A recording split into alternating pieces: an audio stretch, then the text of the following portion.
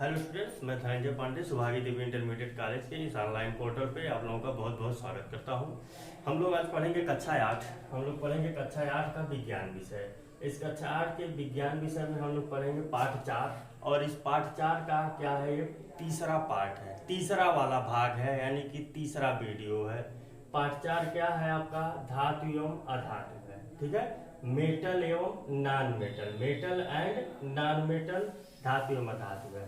पहले वीडियो में हमने देखा था कि धातु क्या होते हैं, अधातु क्या होते हैं, पदार्थ क्या होते हैं, इसके बारे में हमने देखा था। और पहले ही वीडियो में हम लोगों ने कि इसका भौतिक जो गुणधर्म है या भौतिक गुण जो है धातु का, और भौतिक गुण जो है अधातु का, यह हमने देख लिया था। एक चार्ट के माध्यम से अंतर दोनों देख लिया था। दूसरे वीडियो में हमने देखा था धातु के रासायनिक गुण, धातु के रासायनिक गुण, धातु एवं अधातु दोनों के रासायनिक गुणों को देखना शुरू किया था।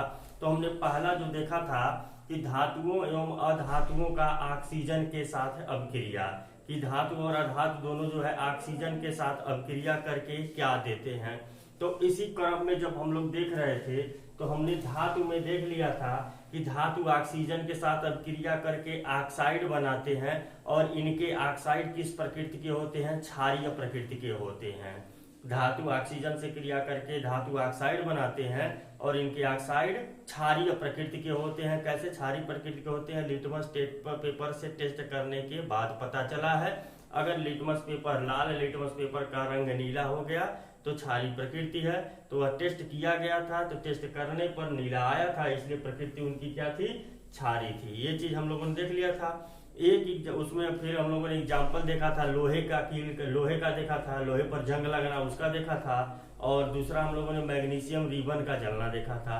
एक तीसरा एग्जाम्पल उसी में है, एक तीसरा एग्जाम्पल उसी में है आपका, जो हम लोग धातु एवं अधातुओं का ऑक्सीजन के साथ अभिक्रिया देख रहे थे।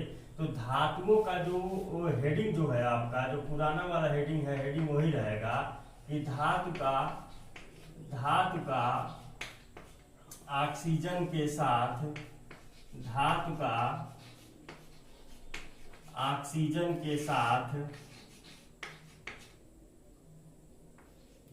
ऑक्सीजन के साथ अभिक्रिया, धातु का ऑक्सीजन के साथ अभिक्रिया।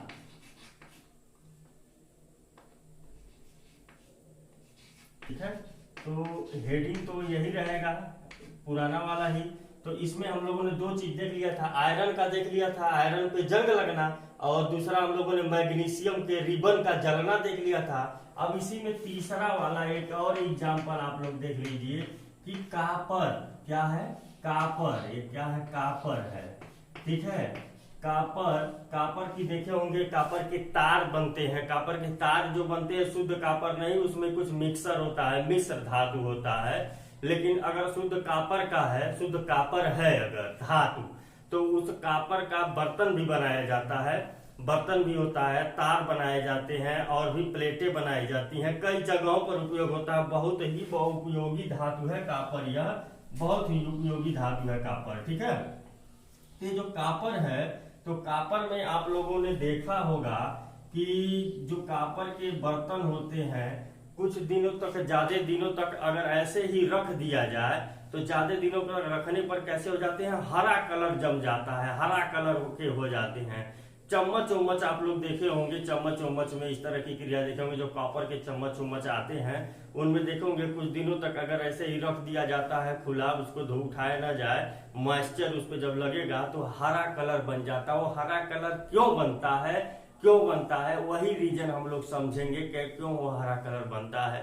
वो हरा कलर बनता है, ये जो कापर है, यह कापर क्या करता है, वायु में उपस्थित है कई चीजें, हमने कल ही समझाया था कि वायु में कई चीजें उपस्थित है। वायु में ऑक्सीजन है, वायु में नाइट्रोजन है, वायु में कार्बन डाइऑक्साइड है, वायु में जलवाष्प है जल के रूप में, वायु में अन्य और भी गैसें हैं। लेकिन सभी धातु वायु में उपस्थित सभी चीजों से क्रिया नहीं करती।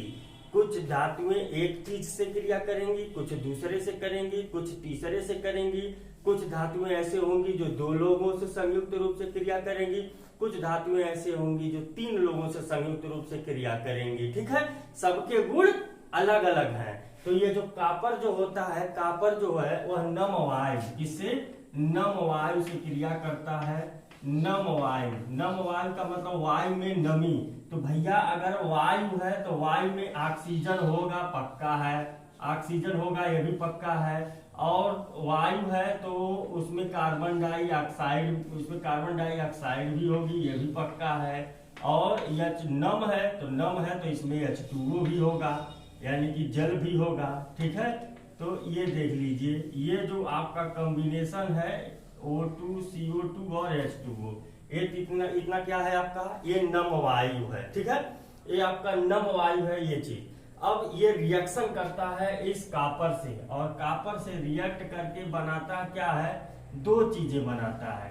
कापर से रिएक्शन करके दो चीजें बनाता है। हम ऑक्सीजन से क्रिया कर रहे हैं तो सब कंफ्यूज मत होइएगा भाई, ऑक्सीजन से क्रिया कर रहे हैं तो ऑक्सीजन कहाँ से आएगा? वायु से ही नहीं आएगा। इसलिए ऑक्सीजन से क्रिया यानी वायु से क्रिया भिन्न नहीं है, ठीक। तो जैसे हम लोग रस्टिंग पढ़े थे, लोहे पर जंग लगना, तो उसमें भी अकेले ऑक्सीजन नहीं था ना, ऑक्सीजन के साथ कौन था? H2O था, जल था, जल ने क्रिया किया था। मैग्नीशियम रिबन खाली ऑक्सीजन से क्रिया किया था। हम लोगों ने मैग्नीशियम का देखा था, मैग्नीशियम डायरेक्ट ऑक्सीजन से क्रिया किया था। आयरन का देखा था तो आयरन देखा था हमने, O2 और H2O दोनों लोगों से क्रिया किया था इसमें। अब हम कापर को देख रहे हैं तो कापर ये तीन लोगों से क्रिया कर रहा है। एक जगह ऑक्सीजन अकेले था, एक जगह क्या है ऑक्सीजन के साथ H2O था, और एक जगह ये कार्बन डाइऑक्साइड भी आ गया, ठीक है। वायु का ही संगठन है। देख लीजिए क्या होगा, इसमें बनेगा क्या? दो चीजें बनती हैं। कॉपर हाइड्रोक्साइड बनता है, कॉपर हाइड्रोक्साइड बनता है,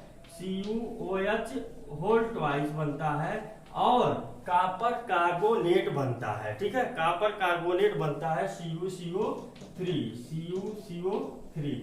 दो चीजें बनती है, कॉपर हाइड्रोक्साइड बनता है और कॉपर कार्बोनेट बनता है, ठीक है। ये दो चीजें बनती हैं। नाम इसका भी लिख लीजिएगा, इसका नाम क्या है? कॉपर हाइड्रोक्साइड, इसका नाम है कॉपर हाइड्रोक्साइड, और इसका नाम है क्या है? Copper carbonate. ये दो चीजें बनती हैं। तो जो copper hydroxide and copper carbonate बनता है, इसी के कारण जो रंग होता है वह कैसा हो जाता है? हरा हो जाता है। किसका? कॉपर का। तो ये चूंकि दो कॉपर है तो यहाँ दो से गुणा कर लीजिएगा। रिएक्शन बैलेंस है, दो कॉपर यहाँ पर है, एक कॉपर दो कॉपर है। ऑक्सीजन कितना है? 2 2 4 1 5 ऑक्सीजन है, ऑक्सीजन 3 2 5 ऑक्सीजन यहाँ पर है। हाइड्रोजन कितना है? 2 हाइड्रोजन है, यहाँ पर भी 2 हाइड्रोजन है। रिएक्शन क्या है? बैलेंस है। कार्बन कितना है? कार्बन आपका एक कार्बन है, यहाँ पर भी कितना है? एक कार्बन है, यानी कि रिएक्शन क्या है आपका? बैलेंस है, ठीक है। तो एक क्या होता है, कॉपर ज्यादा दिन तक, यह कॉपर का जो बर्तन है ज्यादा दिन तक इस नम वायु में रखेंगे तो किस कलर का हो जाता है? हरे कलर का हो जाता है, ठीक है। हरा कलर हो जाता है। हरा कलर हो जाना क्या है, किसके कारण होता है? कॉपर हाइड्रोक्साइड और कॉपर कार्बोनेट के संयुक्त विलयन के बनने के कारण होता है, ठीक है। अब हम दूसरा करेंगे कि जो कॉपर हाइड्रोक्साइड कॉपर कार्बोनेट बना है, इसका टेस्ट करें कि यह किस तरह, यह इसकी प्रकृति कैसी होगी। तो इसकी भी प्रकृति जो होगी वह भी कैसी होगी? क्षारीय होगी। यह भी इसका विलयन जब बनाएंगे तो इस विलयन में जब लाल लिटमस पेपर को ले जाएंगे तो वह लाल लिटमस पेपर कैसा हो जाएगा? नीला हो जाएगा।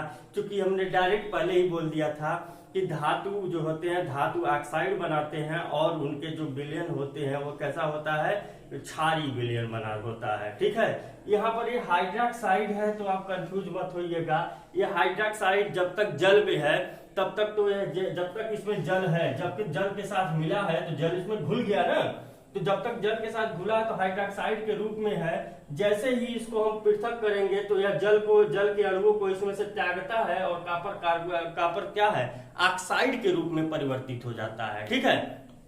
कॉपर अपने ऑक्साइड के रूप में परिवर्तित हो जाता है। जैसे कि हमने आपको आयरन में भी बताया था कि आयरन का हाइड्रोक्साइड बन रहा था, तो आयरन का हाइड्रोक्साइड जो है वो हाइड्रोक्साइड के रूप में अस्थायी नहीं रहता है, वो हाइड्रोक्साइड से जल के अणुओं को निकालता है, जल के अणुओं को निकाल करके पुनः ऑक्साइड में बदल जाता है, वह भी अस्थायी यौगिक नहीं है। आयरन का हाइड्रोक्साइड वो भी अस्थायी यौगिक नहीं है, ये कॉपर का हाइड्रोक्साइड ये भी अस्थायी नहीं है। दोनों क्या होंगे, अपने जल के अणु को त्याग कर दोनों क्रमशः अपने ऑक्साइड में परिवर्तित हो जाएंगे। आपको यहाँ पर वह रिएक्शन जानने की जरूरत नहीं है, कंफ्यूज हो जाएंगे, समझ में नहीं आएगा।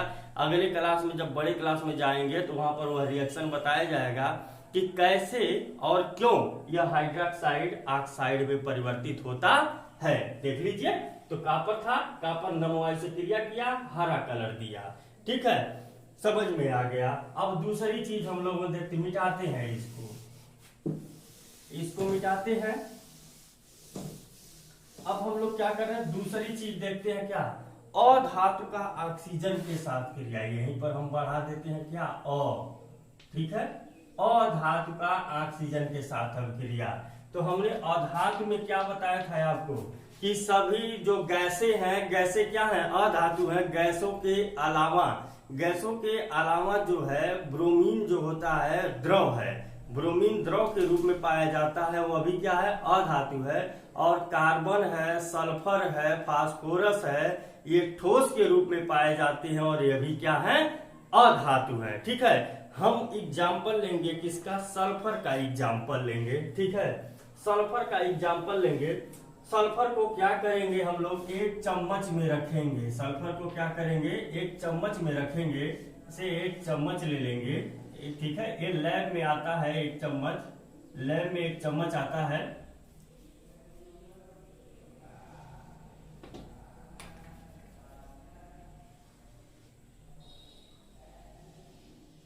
ये चम्मच जो है लैब में एक चम्मच आता है, तो उस चम्मच की खासियत क्या होती है कि उस चम्मच की खासियत ये होती है कि वो जब यहाँ से गर्म करेंगे, आप यहाँ पर बर्नर लगाएंगे, ऐसे बर्नर लगाएंगे, ये मान लीजिए कि ये स्टोव है आपका, ये यहाँ पर आपका ये बर्नर है,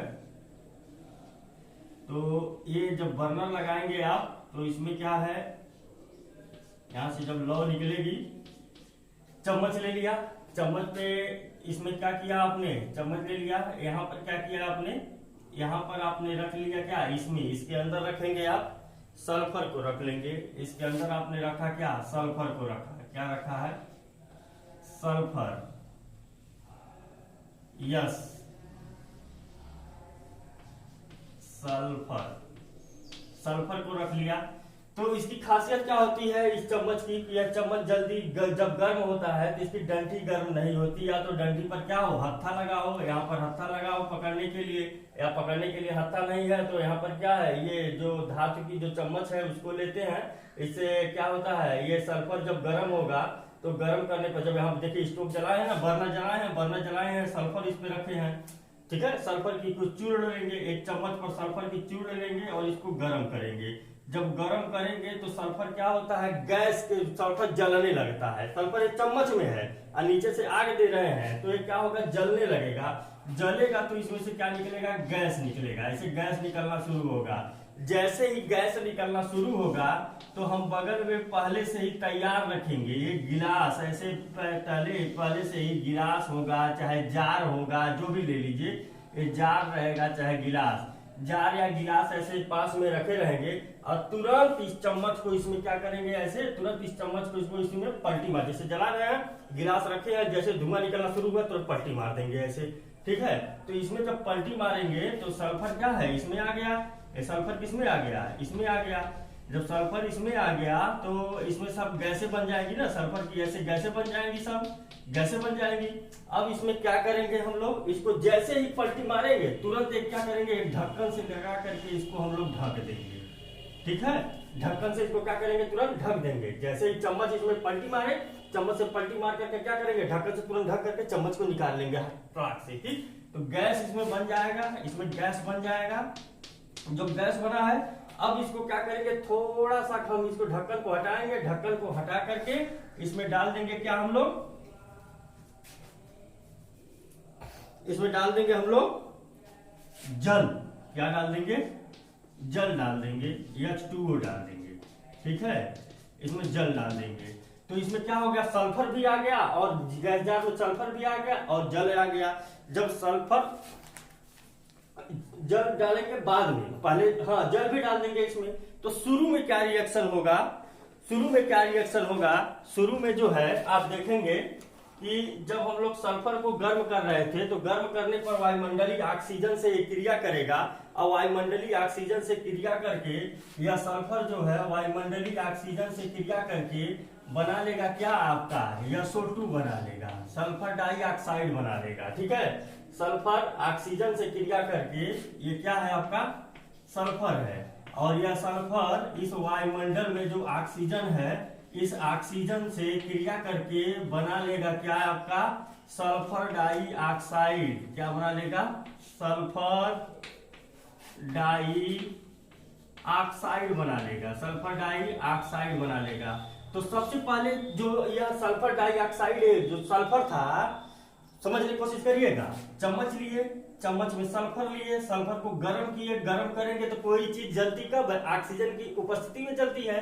तो ऑक्सीजन से क्रिया किया यह सल्फर और बना लिया क्या, सल्फर डाइऑक्साइड, गैस। यह क्या है, गैस। अब इसी गैस को हम पलटी मारे हैं इस गिलास में, पलटी मार दिए इस गिलास में और गैस को बंद कर दिए, चम्मच को निकाल लिए, ठीक है। अब कुछ देर बाद इसमें डाल दिया क्या, H2O। देखिए भैया जब हम लोग H2O डालेंगे तो इसमें क्या होगा, H2O डालेंगे तो ये SO2 जो है, ये SO2 सल्फर डाइऑक्साइड, जब हम लोग इसमें जल डाल देंगे तो जल डालने पर यह क्या होगा, जब जल डाल दिए तो जल डालने पर यह बनता है क्या, H2SO3।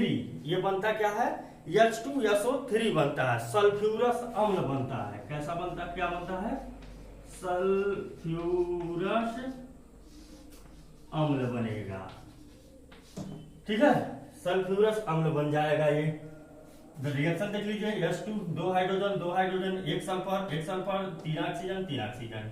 बात समझ में आ गई आपको। आपने क्या किया, चम्मच लिया, चम्मच में सल्फर लिया, सल्फर को क्या किया आपने, गर्म किया, वायु की उपस्थिति में सल्फर गर्म होकर के बना लिया क्या, सल्फर डाइऑक्साइड। इस गैस को एक जार में, एक गिलास में या एक जार में पलटी मार लिया, पलटी मार के ढक्कन से बंद कर दिया जिससे कि यह गैस बाहर न निकलने पाए। अब अपने आपने क्या किया है, जो जब ये गैस SO2 या गैस बाहर नहीं निकल पा रही है तो अब आपने क्या किया है, धीरे से ढक्कन को हटाया है और ढक्कन को हटा करके इसमें डाल दिया क्या, जल, पानी मिला दिया। ये सल्फर डाइऑक्साइड है आपका, पहले ही बता चुके हैं।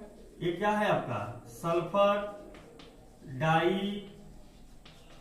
डाइऑक्साइड है, ये सल्फर डाइऑक्साइड है और ये क्या है आपका, जल है। जब आप सल्फर डाइऑक्साइड था गैस, इसमें ढक्कन को हटाकर जल डाला तो जल डालने पर क्या बन गया, H2SO3 सल्फ्यूरस अम्ल बन गया। अब ये जो अम्ल बन गया है इसमें अब ढक्कन को इत्मीनान से हटाएंगे और ढक्कन को इत्मीनान से हटा करके इसमें ले जाएंगे क्या, लिटमस पेपर। कैसा लिटमस पेपर, लाल और नीला दोनों से टेस्ट करेंगे।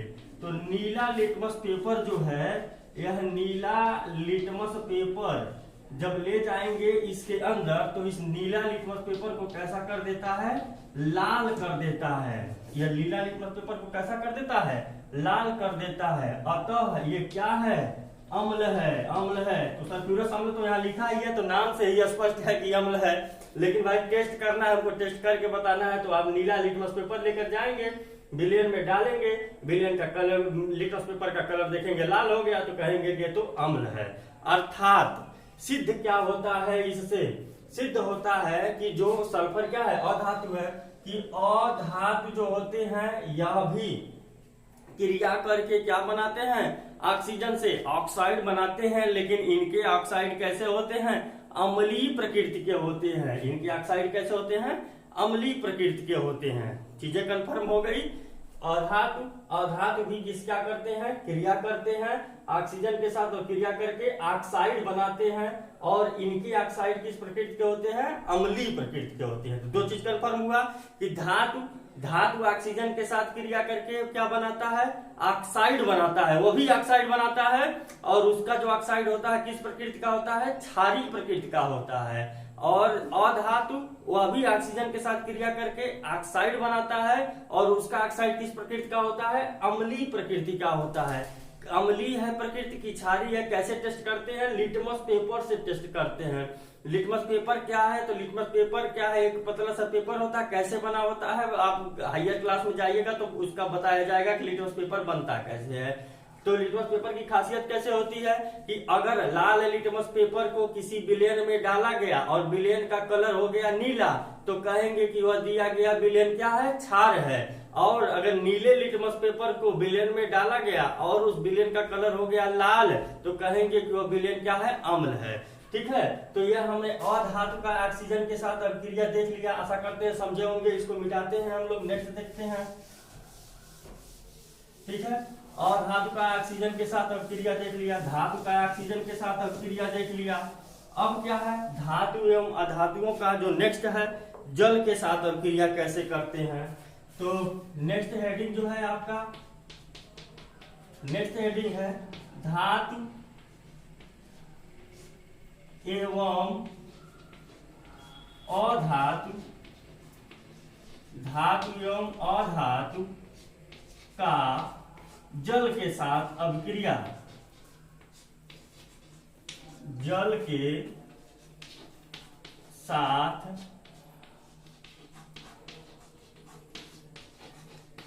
अभिक्रिया। चलिए तो ये हम देखेंगे अब क्या, जल के साथ अभिक्रिया, कि जल के साथ धातु एवं अधातु किस प्रकार से अभिक्रिया करते हैं। तो जो जल है, तो आपको धातु में हमने बताया था पहले ही वीडियो में कि जो जल के साथ कुछ धातु जो है, तो जल के साथ अभिक्रिया के विषय में बाद में हम डिस्कस करेंगे। पहले धातुओं के गुणों में देखिए कि कुछ धातु क्या थे, ठोस थे, और ठोस थे तो बहुत मजबूत थे। लेकिन आपको बताए थे कि जो सोडियम और पोटेशियम थे, सोडियम और पोटेशियम क्या थे, ये बहुत नरम थे, जो चाकू से भी कट जाते हैं, चाकू से भी कट जाते हैं। तो ये जो सोडियम है आपका, ये जो सोडियम है, इस सोडियम का जो प्रतीक है वह क्या है, Na है। सोडियम का प्रतीक क्या है, Na है। ठीक है, तो ये जो सोडियम है, ये प्रतीक के विषय में अभी आप लोग बहुत ज्यादा जानने की कोशिश मत कीजिएगा। लिखते हैं, ये प्रतीक लिखा जाता है, इनका नाम होता है, सोडियम का जो वैज्ञानिक नाम है, या ये जो नाम होता है, इनके नाम के आधार पर लिखा जाता है। यश से मत सोचिएगा यश से सोडियम होना चाहिए तो Na क्यों लिखा गया है। ठीक, तो अभी आप लोग बस ऐसे याद करिए, कक्षा 9-10 में जाएंगे तो आपको यह बता दिया जाएगा, रटा दिया जाएगा ये कि कौन सा किसका नाम है, कैसे क्या प्रतीक लिखते हैं। तो ये सोडियम जो है और पोटेशियम, दूसरा क्या है, पोटेशियम, सोडियम और पोटेशियम, ये जो दो धातु हैं, ये दोनों धातु क्या है, पोटेशियम का प्रतीक है K।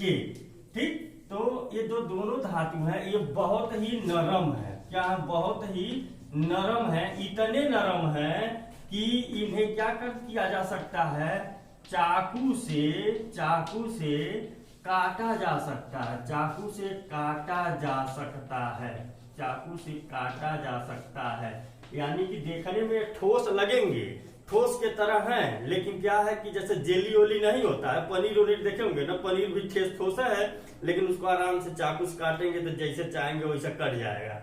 ये चाकू से काटा जा सकता है। और दूसरी इसकी खासियत, सबसे बड़ी खासियत है, यह बहुत क्या होता, बहुत अधिक अभिक्रियाशील होते हैं, बहुत अधिक क्या होते हैं, अभिक्रियाशील होते हैं, बहुत अधिक अभिक्रियाशील होते हैं।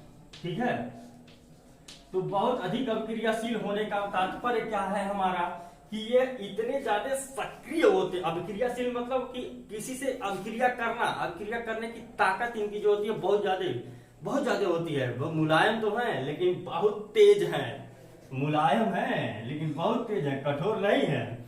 भाई कहा जाता है कुछ लोग ऐसे होते हैं कि बड़े अंदर से कठोर होते हैं, रूटली बोलते हैं, तो ये कहा जाता है कि बड़ा मतलब ये गुस्सा करता है, चाहे गंदा आदमी है, चाहे इनसे डर लगता है, तो ये अब तेज नहीं होना चाहिए। ऐसे आदमी तो तेज होते हैं जो बहुत गुस्सा करते हैं, लेकिन ये जो होता है बहुत नरम है, सोडियम पोटेशियम बहुत नरम है, लेकिन नरम होने के बावजूद काम बहुत तेज करते हैं सब, बहुत तेज गुस्सा करते हैं, बहुत तेज अक्रियाशील। कैरेक्टर कैसा है, बाह्यतम प्रकृति, भौतिक प्रकृति कैसी है, नरम है, इतना नरम कि चाकू से भी काट देंगे। लेकिन अगर कोई इसको छेड़ा, कोई भी अगर इसको छेड़ा, इस सोडियम पोटेशियम को कोई छेड़ा तो बख्शेंगे नहीं, सब बहुत तेज क्रिया करते हैं। इतनी तेज क्रिया करते हैं कि अगर सोडियम पोटेशियम को अगर पानी में डालेंगे तो उसमें विस्फोट हो सकता है, तुरंत क्या होता है, विस्फोट हो जाता है। प्रयोग करने के लिए आप क्या करिए, ये प्रयोग आप लोग अपने करने की कभी भी कोशिश मत कीजिएगा, बहुत ही खतरनाक होता है इसका प्रयोग। आप एक जार लीजिए और इस जार में क्या लीजिए, पानी भर लीजिए, जार में पानी भर लीजिए, जार में पानी भर लीजिए। और चूंकि ये अब तीसरा एक पॉइंट और देख लीजिए, एक पॉइंट और देख लीजिए फिर बताते हैं। बहुत अधिक अक्रियाशील है, इसलिए तीसरा भी लिख लीजिए, इसलिए इन्हें मिट्टी के तेल में रखा जाता है, इसलिए इन्हें मिट्टी के तेल में रखा जाता है, मिट्टी के तेल में रखा जाता है।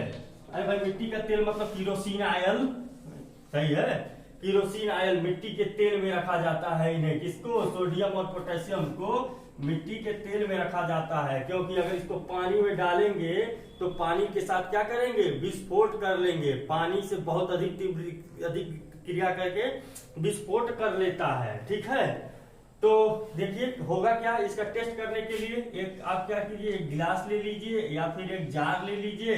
अब इस जार में जो है आप इस मिट्टी के तेल में से निकालिए सोडियम को, मिट्टी के तेल में से सोडियम को निकालिए, और कितना बड़ा, एक मतलब अब गेहूं के दाने, गेहूं का दाना थे, गेहूं का दाना जितना बड़ा होता है उतना बड़ा सोडियम निकालिए और एक खड़े गिलास पानी से भर लीजिए, पूरा गिलास पानी से भर लीजिए और एक गेहूं के दाने इतना बड़ा आप निकालिए सोडियम।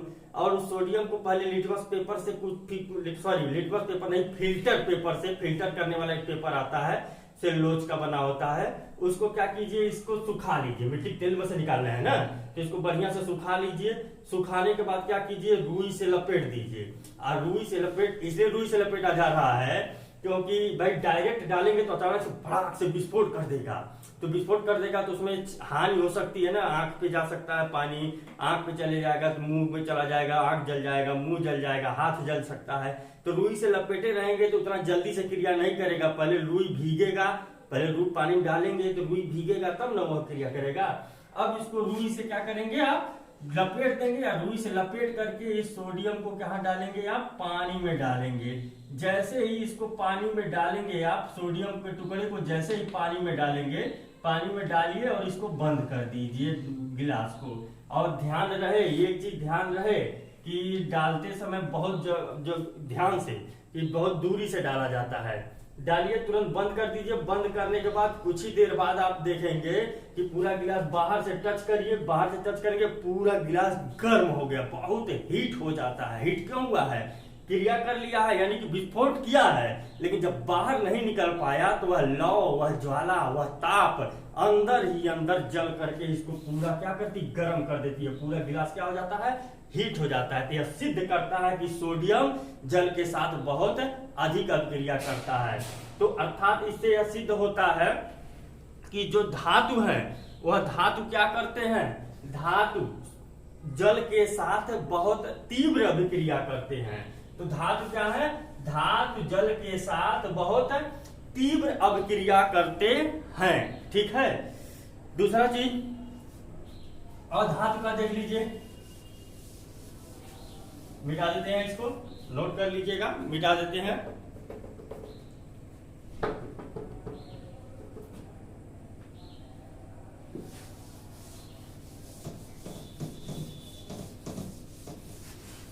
तो एक चीज आपको कंफर्म हो गया कि धातु जो होते हैं वह जल के साथ बहुत तीव्र अभिक्रिया कर रहे हैं। देख लिया ना सोडियम और पोटेशियम का कितना तीव्र अभिक्रिया कर लिया वहीं पर। लेकिन अब देखिए सोडियम पोटेशियम को अलावा आप कहेंगे कि भाई आयरन भी तो धातु था, तो आयरन जो धातु था ये भी अभिक्रिया करता है, जल के साथ ये भी अभिक्रिया करता है, और जल के साथ में अभिक्रिया करके इस पे जंग लग रहा है। तो जल के साथ ये भी अभिक्रिया करता है, लेकिन क्या है, थोड़ा सा धीमा करता है, थोड़ा सा धीमा करता है। और सोडियम पोटेशियम कैसे करते हैं? सोडियम और पोटेशियम जल के साथ किस प्रकार अभिक्रिया करते हैं? बहुत तेज अभिक्रिया करते हैं। ठीक है, बहुत तेज अभिक्रिया करते हैं। तो धातुएं जल के साथ अभिक्रिया करती हैं, कुछ तेज करती हैं, कुछ धीमी करती हैं, मगर करती हैं। ठीक है, अब देख लीजिए और धातु का देख लीजिए। और धातु जो है, और धातु की अगर बात करेंगे तो और धातु जो होता है जल के साथ अभिक्रिया नहीं देता है, जल के साथ आसानी से अभिक्रिया नहीं देता है। ठीक है, तो अधातु में ये चीज लिख लीजिएगा कि अधातु जल के साथ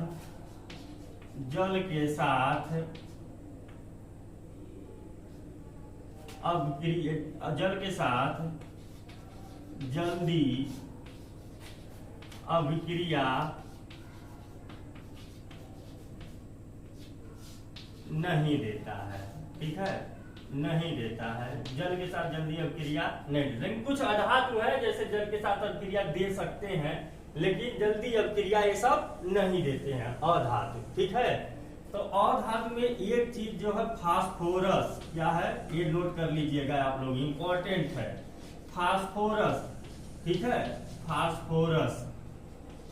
अब फास्फोरस कई प्रकार का होता है।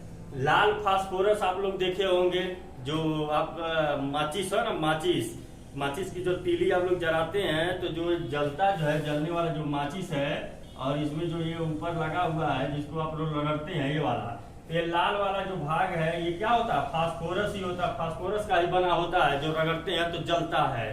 तो फास्फोरस कई रंग का होता है, लाल होता है, सफेद भी होता है फास्फोरस। ठीक है, तो ये जो फास्फोरस है तो लाल वाला तो ज्वलनशील है ही, लेकिन एक सफेद फास्फोरस भी होता है, और वो क्या होता है? बहुत अधिक ज्वलनशील होता है। इतना अधिक ज्वलनशील होता है कि हथेली के ताप पर जल जाएगा।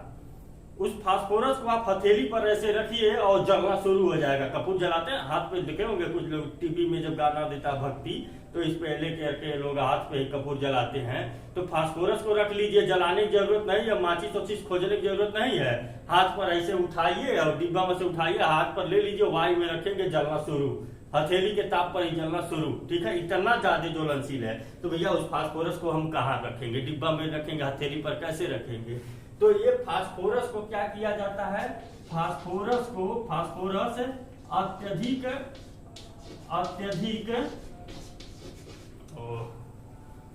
फास्फोरस क्या है? फास्फोरस अत्यधिक ज्वलनशील है, अत्यधिक ज्वलनशील है, इसलिए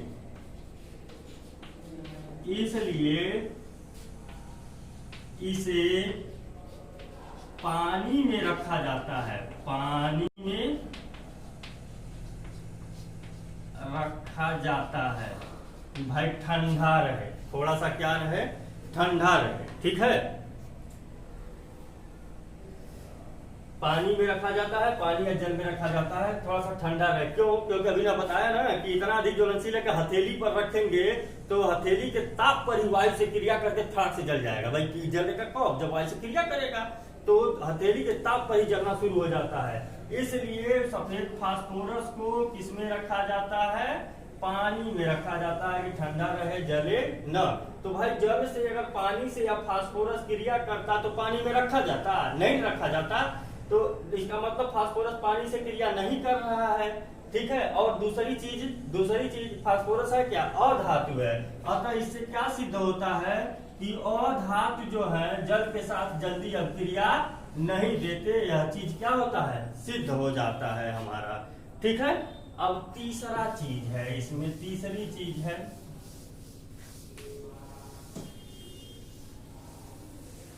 अब ये क्या है कि आप लोगों ने ये चीज देख लिया। अब इसके बाद जो अधातु है, धातुओं एवं अधातुओं का दो चीज और बचा है कि इसका अम्ल के साथ क्रिया और क्षार के साथ क्रिया। कि धातु एवं अधातु अम्ल के साथ क्रिया करके क्या देते हैं? और क्षार के साथ क्रिया करके क्या देते हैं और रिएक्शन क्या होता है, धातुओं में धातुओं के उपयोग क्या है, यह हम लोग देखेंगे नेक्स्ट वीडियो में। इस वीडियो को देखिए, अगर कोई भी दिक्कत होता है तो अपने ग्रुप में आप लोग पूछ लीजिएगा। Thanks for watching.